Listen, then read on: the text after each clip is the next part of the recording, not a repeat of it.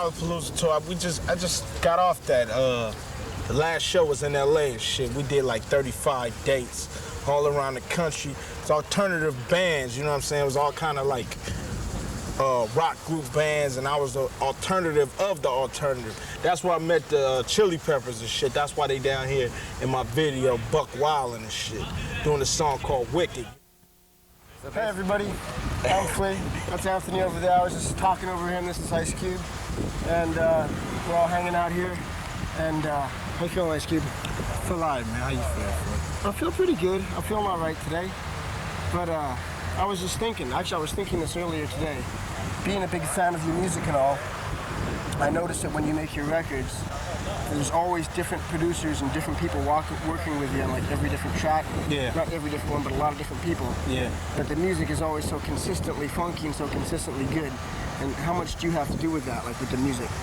Well, I produce every record that I do, you know. With the exception of Sir Jinx and maybe DJ Pooh, where I can really leave them in the studio and let them do it.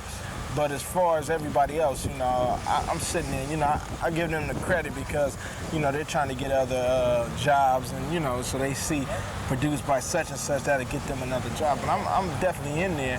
I don't believe in using the same people because I think if you use the same people on every record, the record will get, you know, it'll get predictable and it'll just start sounding the same, you know what I'm saying? And I like to come with new flavors on each record, you know, so I always use number of producers. I don't care if they never produce a record in their life. If they play me a track that I like, I use them and mold them, and hopefully they'll become good producers in the future. That's cool, man, because like I notice with most of the rap music that I listen to, it really fluctuates a lot. Like with the music, not just, I mean, it's cool to be different every time, but the quality of the music fluctuates, but with you, it's always good. I mean, to me, anyway, I always like it. Like, I'm a devoted funk fan, and to me, what you're doing now is like the freshest, funkiest thing that there is. And that's really cool. Well, you know, I grew up on that, you know. Before it was rap, it was funk for me, you know, so I always use the influence of funk in the music because once you lose the funk, you done lost everything as far as I'm concerned, you know, and I'm pretty sure y'all know that because y'all stuff is so funky, you know, so once you lose that, it's through. But to me, there's no difference between, I mean, I always, like, categories are weird to me, and like we've always, the Chili Peppers have always been about breaking categories, like we'll just play whatever, you know, from like punk rock to funk to, you know, just whatever, we just play whatever comes to us. So to me, it's like there's no difference between like something that's really funky, like one of my favorite Funkadelic songs, or like an Ice Cube track, because I get the same feeling from the same thing. I mean, it's just like real hardcore expression, and done in a really funky way, which is so rare. Yeah, I mean, you guys don't believe in the norm, and neither do I. So it's like anything outside of the norm, or anything that I feel need to be said, you know, I'm not afraid to say it, I'm not afraid to do it, I'm not afraid to use it. You know, just like you guys are not afraid to do what you want to do. You know, I saw you guys on a certain award show, you know, just doing what you want to do, you know, Buck Wildin'. But that particular masturbation segment on the MTV Music Awards, ladies and gentlemen, was a kind of an expression about how I feel about those sort of ceremonies. Yeah. I mean, people take those things so seriously, and it's really, you know, it's nothing. It means nothing. Not at all. That's why I mean, like Billboard and things like that. You know, I don't pay attention to that because it's like if the records are selling, that's when I'm happy. But as far as all these charts and being #1 and having the flyers, this they say, you know what I'm saying? I don't even trip on them things. Yeah, I mean, it's like it's cool to sell records because then you know you're communicating with all these different people, but at the same time, it's like you're the one that has to live with your music. So what you record, I mean, I'm sure you know you don't think about selling records when you're making a record, right? No. What I think about when I'm making a record is really getting my point across and making sure my record can withstand the test of time, you know, where they be playing my records 10, 15 years from now. Yeah, man. You know what I'm saying?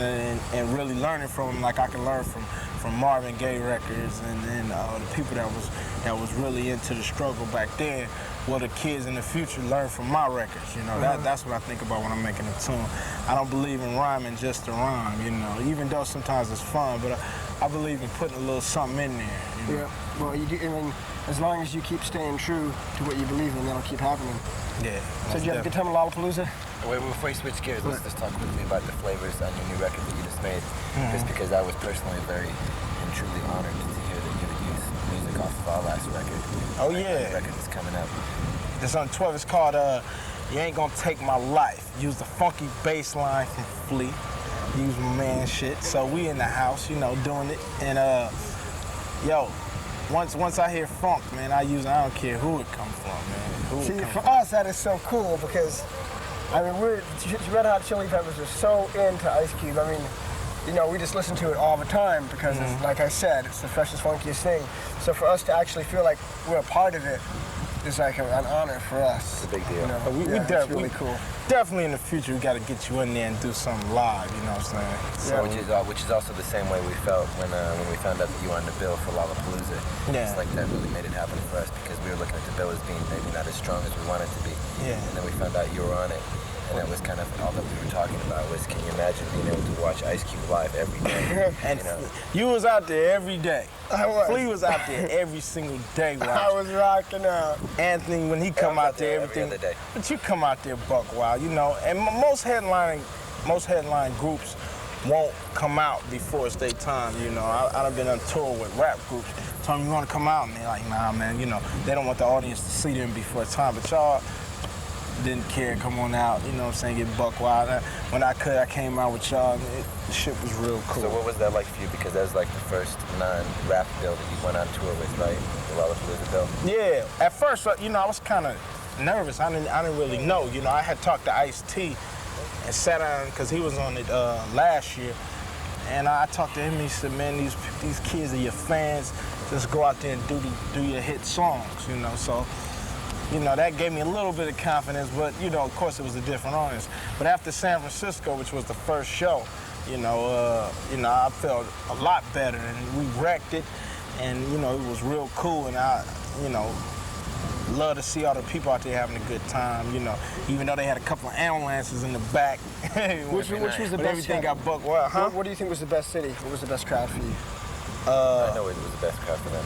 Because I know what I thought was the best crowd for you. It was Canada. Where, Toronto or Vancouver? West Coast or East Coast? It was Vancouver. Like in the beginning of the tour. Vancouver. And it was Miami. Yeah, that was good for us. Buck wild. What about New Orleans? New Orleans was buck New wild. Orleans, I mean, like watching, like you said, I watch the show every day. In New Orleans, I noticed they knew every word. Yeah. I mean, it was like when you do the breaks, when Jinx would break, and the crowd, there would be like thousands of people singing along, and it's not like, you know, it's always like this little easy little catch hook phrase or something. Yeah. You know, it's like, you know, a bunch of syllables. I was personally most blown away by that show myself also. I thought that was just like you really sort of hit your stride at that show. I think New Orleans, I was like getting my second win, you know what I'm saying? And when the crowd is pumped, you know, it just makes you just that much more, you know, into it. Yeah. Most definitely. So you can do it again? Another bill like that? If they ask me, man. Oh, so we're asking you right now if you play with us on New Year's Eve. We have sort of a traditional San Francisco thing. Every New Year's Eve we play the Cow Palace. You know that place in San Francisco? Yo, I'd do it. Yeah? I'd do it. Cool, man. Most definitely. Have some time here, take a vacation right now, right? What time you want me on? Be there at 9:15 on New Year's Eve, and sound check's at 3:27. Okay. All right, I'm with that. Yeah? Yeah, I'm gonna do it. All right. I'm gonna do it. You can back out if you want. I mean, it's like, I ain't backing out, man. I ain't backing out of nothing. All right. I ain't backing out of nothing. I'm doing it. You ever see that hat that Flea got? Someone threw up a hat on stage, a nice black wool baseball cap. Nah. And on the front it said Cube, and on this side it said Peppers. It said Cube in white, and then it said Peppers in red. Yeah, I saw that. That was dope. Which we thought was real cool because we were most excited about you being on the bill. And so it was obvious that someone in the crowd had that same feeling. Yeah. That they were excited about seeing us and seeing you guys. Yeah. And, that was really cool. Lollapalooza 92. You ain't gonna top that, but I don't care. That was history. That was history, That most was definitely. history. That was American music history, straight up. It was, and you know what, I really felt it. I went, the place where we played in Atlanta, I went to go see another show there the night before. It was a Metallica show. It was dead. And it was like, you know, and that's a band that people go wild about and shit. Oops. And the crowd was like, they were getting into it and stuff, but I almost took for granted how wild the Lollapalooza was. Yeah. I mean, every day people were just going buck wild From out of their start to heads. finish. From start to finish, electricity was in the air, and it was cool. y'all videos, man, are real crazy, real funky, real fun. Who comes up with the concepts? Well, we do pretty much. We always get together with the director and work it out, right? And depending on the director. You have to choose somebody who you trust, but also choose somebody who's willing to completely understand that it's your concept, your vision, and your music, and so they have to pretty much accept what you want to do also. It's always been, a sort of a 50-50 situation between a director and ideas that we come up with. Yeah, we collaborate. I mean, for me, the whole video thing is like, I hate videos. The whole idea of videos. You hate doing them or well, no, once we're gonna do them, it's like, do it as artistically as possible and do the best one that you can. But as far as like the idea of videos, I think it's ridiculous. I think it's terrible. I think it's really unhealthy for music. It's like, think about like before there were videos and you were a kid, the music that you remember from your childhood, it means so much to you because you associate it with that time, with like a time in your life. Like it's sentimental and it means something, and you have these images in your head, your own images of what the music meant and what it is. Now it's all about what you put, what images you see. And really for rap, really hurts the shows because the kids see a $50,000 video and rap shows don't have the same production as, a $50,000 video, and the kids come and then they see turntables and a mic and a guy rapping it. It's just, they say, well, why spend $15, $16 to go to this show when I could just sit at home and watch videos? Except there's something so classic about the old style rap shows where that's all is the turntable. Yeah, most definitely. And, CMC. Have you guys ever did a video that you didn't like, how it came out? Yeah. Which song? I think it was Show Me Your Soul. Yeah, a song called Show Me Your Soul. Okay. We have bad luck on the third videos. Whenever we've done 3 videos in a row off the same record, the third one has always been the slightly unlucky charm. But, because remember for Mother's Milk, we did Knock Me Down, then we did Higher Ground, and then we did Show Me Your Soul. Yeah, and it was lame, it was weak. Is that right? And now we did Give It Away, we did Under the Bridge, and then Breaking the Girl. So you guys are just now really like busting out. I remember you telling me on the Lollapalooza tour that you had been in one place that it was like 38 people in the crowd. Now you come back, it's 20, 30,000 in there. How'd that make you feel, man? It makes me feel really great, because I feel like we put in all these years of work, we used to tour in a Chevy van, now we're running around in jets and nice buses and stuff. But at the same time, it's like, it's all relative. I mean, just because we're making money now, I felt just as fulfilled or even more fulfilled back then. I still feel now because I know we've been, true to ourselves and honest with our music and stuff, but it's all about, like I was saying earlier, it's all about making the record that you believe in, and doing the music that you believe in, and all the success is really, incidental.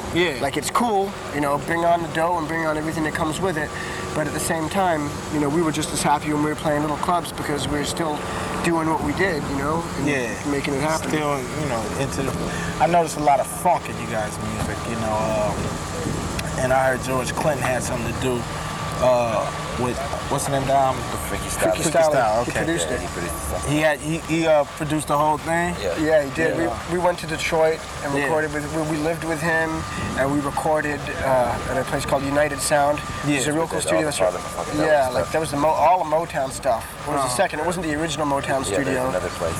Yeah, but it was like a lot, like Temptations recorded there, and all of the cool funkadelic, One Nation, Hardcore Jollies, Chocolate City, is that right? All of Bootsy and his Rubber Band, Parlay, Brides of Funkenstein, all that stuff was recorded in there. So it was like being like huge P-Funk fans to walk into that place. Yeah. It was like, whoa, yeah, this is the shit. And was he coherent? Yeah. Is he cool to work with? Yeah, he adds something that's an intangible quality. I mean, he might not be the hardest working, dedicate himself 100% mentally and spiritually to a project, but when he's in the room, he has such an incredible spirit that he brings an attitude and a feeling of warmth and funkiness to that room that just makes you want to play your best and put out, your rockinest, funkiest track. You know, whereas we've had other producers that like might have sat at home with a notebook and listened to 1,000 tapes and figured out every little knob they wanted to twiddle. Yeah. Where George would just kind of like party into the room and party out of the room. Yeah. And we had a great there. time, and we loved him. He's like a big psychedelic teddy bear. He's a really good guy, but he's definitely, you know, out on some sort of a cosmic limb. Yeah, because I work with him on Del the Funky Homo Sapien, which is my cousin, and he came in and did an intro for him. The name of Dale's album was I Wish My Brother George Was Here, so it was real cool to work on, pick him up from the airport, take him to his hotel. You had to kick get it to with the him, airport, see make the sure you work. caught him, huh? Yeah, so, you know, it was real cool, but we on our way to a George Clinton concert right now, so we got to cut this one short. We out.